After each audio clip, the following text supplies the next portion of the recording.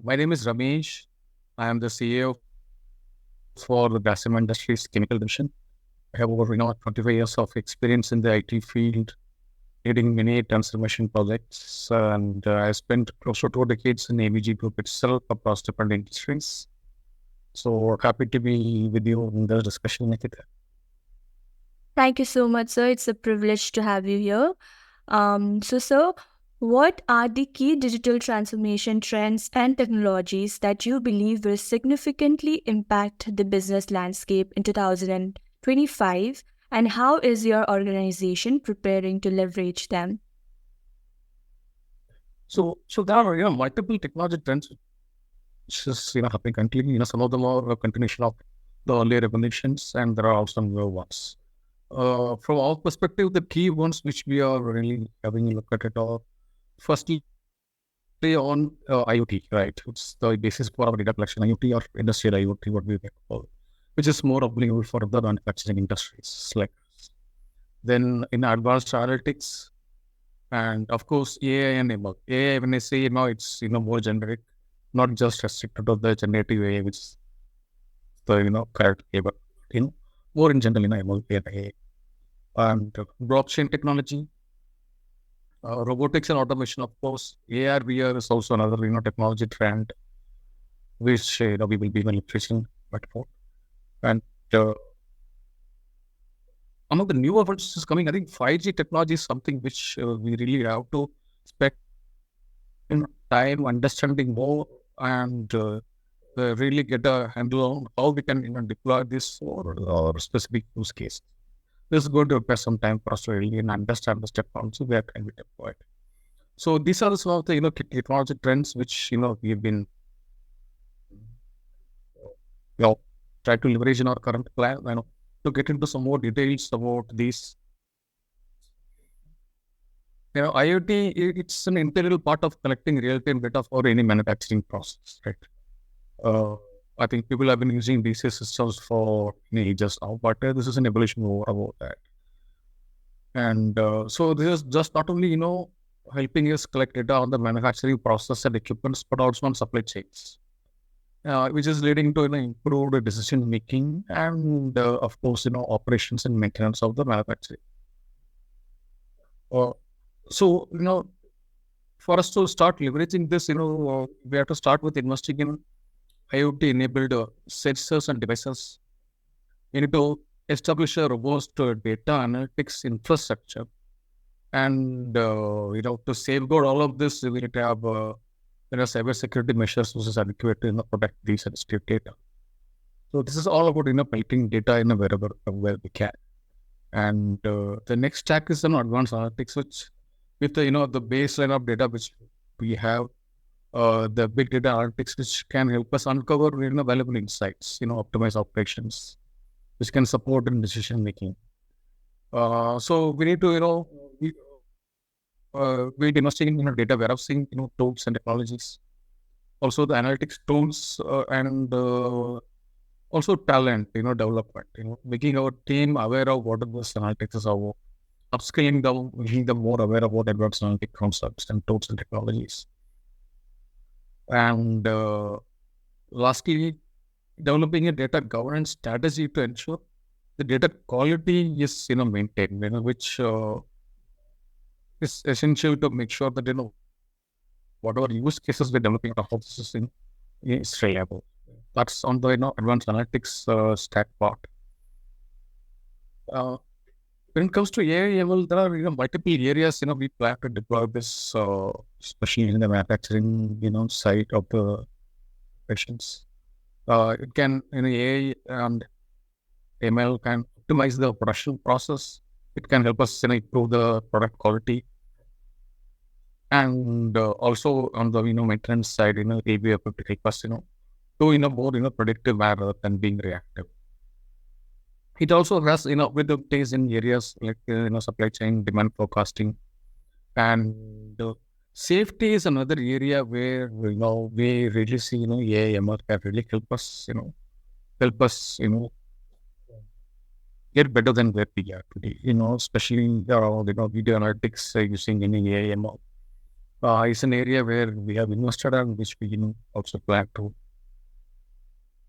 take it forward. So to prepare for this, we have to collaborate with the pool of data scientists. It can be either internal CA teams, or we also leverage the partner networks which we have. And the next one, which we are also closely looking at, is the blockchain technology. This can help us enhance transparency and traceability in the supply chain, and also on the sustainability, initiatives, where there is going to be involvement of multiple stakeholders, beyond our own, internal functions. So we are exploring blockchain applications for implementing smart contracts, and also how do we enable collaboration with the partners, which can help us create a secure and transparent ecosystem. The next, technology trend which we are, looking at is on the AR/VR technologies, which can be used for training, maintenance, design visualizations, and also, overall enhance the productivity. So we are exploring applications of AR/VR in the manufacturing process, in skill development, training programs, and also the safety, how do we improve the safety awareness of the people using AR/VR training modules. So we have invested in certain tools and also the technologies for the AR/VR area. 5G technology is something which we are still exploring, trying to understand more. I don't think we're at a stage we're going to implement any specific use case, but this is something which we really need to understand more and be ready to deploy where we see there are separate business use case for us. This 5G enables us, a faster and more reliable communication for more real-time data. Can support much their bandwidth required applications also. So that's where we are still in the stage of exploring this technology. So we effectively leverage these trends and technologies. It's crucial to develop a digital transformation strategy, ensure there is alignment with the business goals, and also involve key stakeholders in the process. We are also regularly reassessing and updating the strategy to stay abreast of evolving technologies and also the industry trends. Thank you, sir, for sharing such important insights. My next question will be, as a technology leader, how do you see your role evolving in the coming year to align more closely with your organization's digital transformation goals and support its overall business strategy? So, see, the key dimensions of leadership and transformations, in my mind, the strategic alignment, championing innovation, cross-functional collaboration, change management and leadership, developing a culture of data-driven decision-making, customer-centric technology solutions, talent development, and last but not least, vendor and partner management. These are the key dimensions I see, and these may not be new. Right? This has been, there in for a while, and they continue to remain relevant. But there is a perceptible change in what we do under these different elements, which has gone through a change. Like, for example, when you talk about strategic alignment, earlier it was more about ensuring the technology initiatives are aligned with the business objectives, right? It was more reactive. But now what is expected is, to be playing a more proactive role in shaping the organization's overall strategy. Collaborate more closely with our business leaders to identify opportunities where technology can drive innovation and also improve operative advantage. When it comes to championing innovation, the earlier expectation was, how do we do innovation within the technology department itself. Now it's going beyond that. Now, we are expected to act as a catalyst for innovation across the organization, where we can encourage a culture of experimentation and continuous improvement. We can seek out emerging technologies that can bring significant values to the business, and also how do we help our other functional leaders understand these trends and help us identify areas where they can be deployed. Cross-functional collaboration is another key leadership dimension, and we need to extend the collaboration to other functions, not just within the IT and different departments of IT. Where we need to work more closely with operations, finance, sales, marketing. Where we need to understand the specific needs and the challenges. Also facilitate cross-functional teams to drive integrated solutions. Change management leadership is another dimension where we have to help employees across the organization adopt new technologies, the new processes, the ways of working, and how do we help them understand what is it for them, right, as an individual also, and foster a culture that embraces change and continuous learning. Promoting a culture of data-driven decision making is another dimension, where we have to move from just overseeing the data management analytics to play a pivotal role in promoting a data-driven culture. Ensure that decision makers across the organizations have access to accurate and timely data, where we have a role to play a proper data governance practices in place. We also need to advocate for the use of advanced analytics and AI to derive meaningful insights. When it comes to developing technology solutions, also now from the earlier role of just providing technology solutions to our internal needs and stakeholders, now the focus is towards external customers. Now, how we can work closely with the marketing and sales teams to understand customer expectations and preferences, because they also have exposure to a lot of digital tools in their day-to-day life, even not just in their working environment, right? So their expectations are also very different from what it was about a decade ago. So how we can drive the development of customer-centric digital solutions that will enhance the overall experience of them. When it comes to talent development, now we have to go beyond just recruitment and managing technology talent. How we can focus on continuous skill development and training programs. How do we identify emerging skills needed for the future and ensure our team is equipped to handle the evolving technology landscape. Fostering diversity and inclusion within the technology department itself is another dimension within this talent development programs. And when it comes to vendor and partner management, we have to now go beyond managing the relations with the technology vendors. We have to take a more strategic approach to vendor and partner management, where we need to evaluate partnerships based on their alignment with our organization's long-term goals.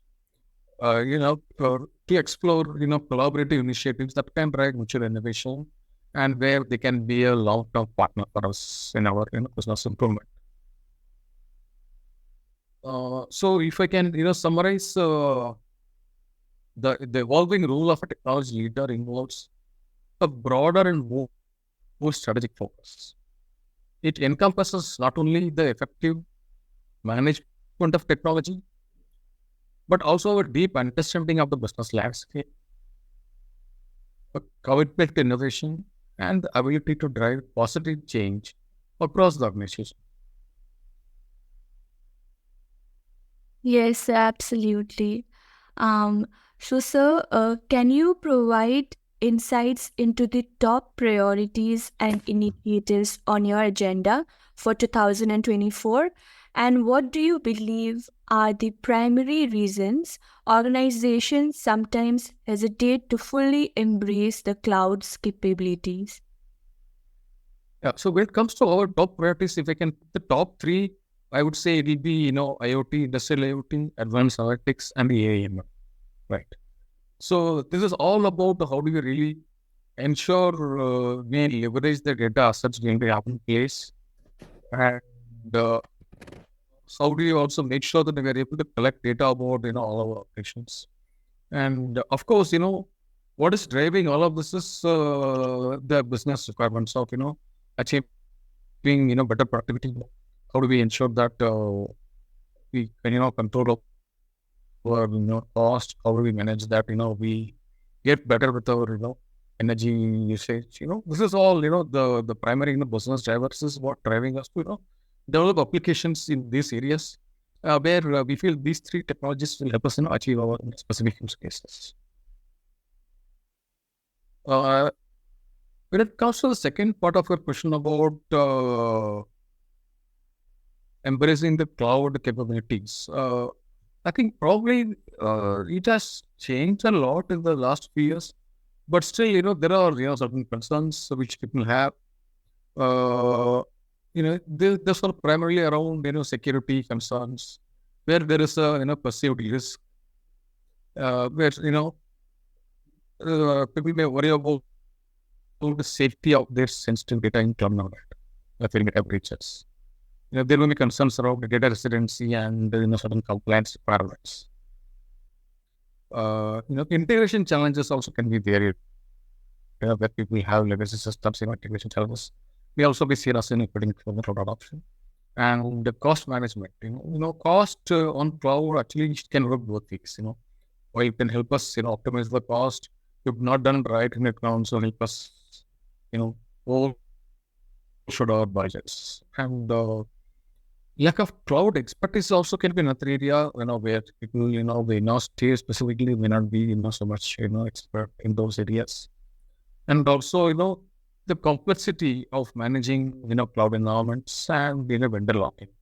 These are some of the, concerns in my mind, which, is, kind of as a block for more broader cloud adoption.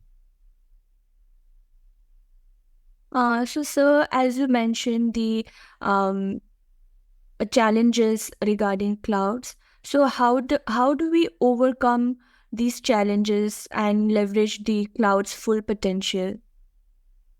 Yeah. So, all of these, concerns which we, spoke about, there are specific things which can be done to address those concerns. When it comes to, security, data encryption, implementing a robust, encryption mechanism that ensure compliance with relevant data protection relations, it can be done. Access control, having an IAM solution to manage, control access to cloud resources, ensuring only authorized users have its function, and also having the necessary security audits and certification from the cloud service providers. Well, this can help us address the security concerns. When it comes to data privacy and control, we can go with a hybrid approach. It is not, cloud is all or nothing. Where we can have a hybrid environment of uploads of both on-premise and then private cloud and public cloud. In that case, it can be worked out depending on the specific applications and the data privacy concerns. And when it comes to cloud access control, implementing a fine-grained access control to maintain control over data, even when stored in the cloud, it can be achieved. And the integration challenges, so using an APIs, middlewares, will help us to a large extent to mitigate the integration challenges with the legacy applications. Cost monitoring, nowadays I think we see a lot of FinOps itself has become a area of development where there are a lot of tools available to help us plan, get a real-time visibility and optimize our cloud cost. And also these FinOps tool just not help us to monitor the cost, it will also help us to right size the resources we need. That's another mitigation issue for optimizing the cost. cloud expertise, I think probably there are ways of engaging with the partners and managed service providers to handle these specific aspects of cloud management, which can help us overcome the internal limitations. Uh, Reliability and downtime also can be another dimension. For example, sometimes people may feel cloud is always on, which may not be the case. We have to specifically understand the SLA considerations and accordingly select the service providers. And also we should plan for multi-region deployments and also have a proper, DR mechanisms in place. These are some of the ways by which we'll be able to kind of overcome the concerns of cloud adoption.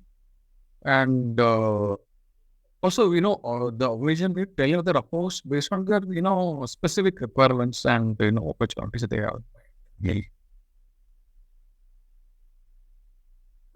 Thank you, sir, for sharing such important insights. Now, we'll get to the last question of the discussion, which is, what are the key misconceptions or myths about cloud technology that you often encounter, and how can these be dispelled to help organization embrace cloud with confidence?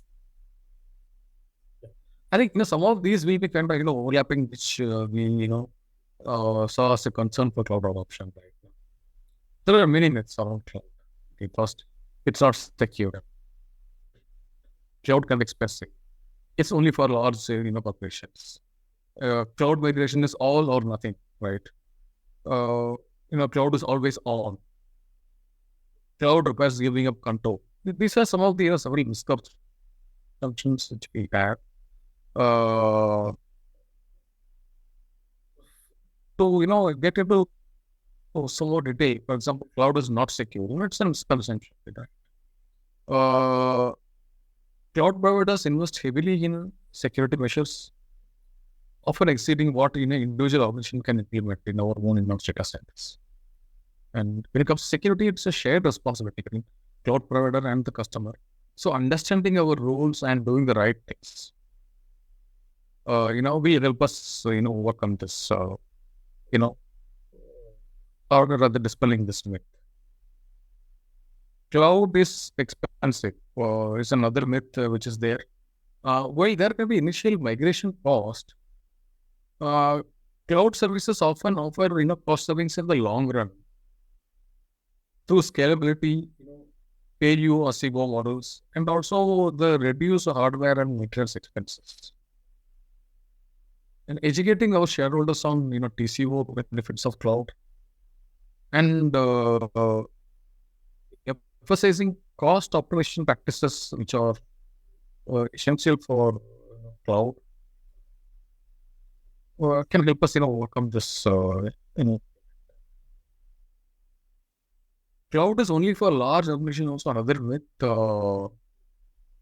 In fact, even small and medium enterprises can also benefit a lot from the flexibility and the cost-effectiveness of cloud solutions. Right. The scalability which it offers and also the agility which it offers is a big plus point even for those small and medium enterprises. And lastly, cloud migration is not all or nothing, as we spoke earlier also. We can adopt a phased approach, right? Migrating specific approach or applications gradually to cloud, allowing for a more controlled and a manageable transition. And we can still continue to have certain on-prem workloads where we feel it's a specific requirement. That's another way of managing this. And also another thing is, another misconception which we see more widely is assuming that cloud is always on. It's never going to be on. It's a very big, while cloud service providers offer high availability, downtime can still SLAs define the expected uptime and compensation for downtime. So understanding this, planning for redundancy and resiliency, and acknowledging that no technology can guarantee 100% uptime. It's important for us. It's more about investing in education and communication efforts. Providing clear and accurate information, backed by the examples of what people have done, the case studies. These all things can help us build confidence and dispel these words. Thank you so much, sir, for sharing such valuable insights with our CXO TV audience. And it was a privilege to have you in our CIO Agenda series. Thank you, sir. Thank you. Thanks, Nikita. For more updates from CXO TV, please like and subscribe to our channel.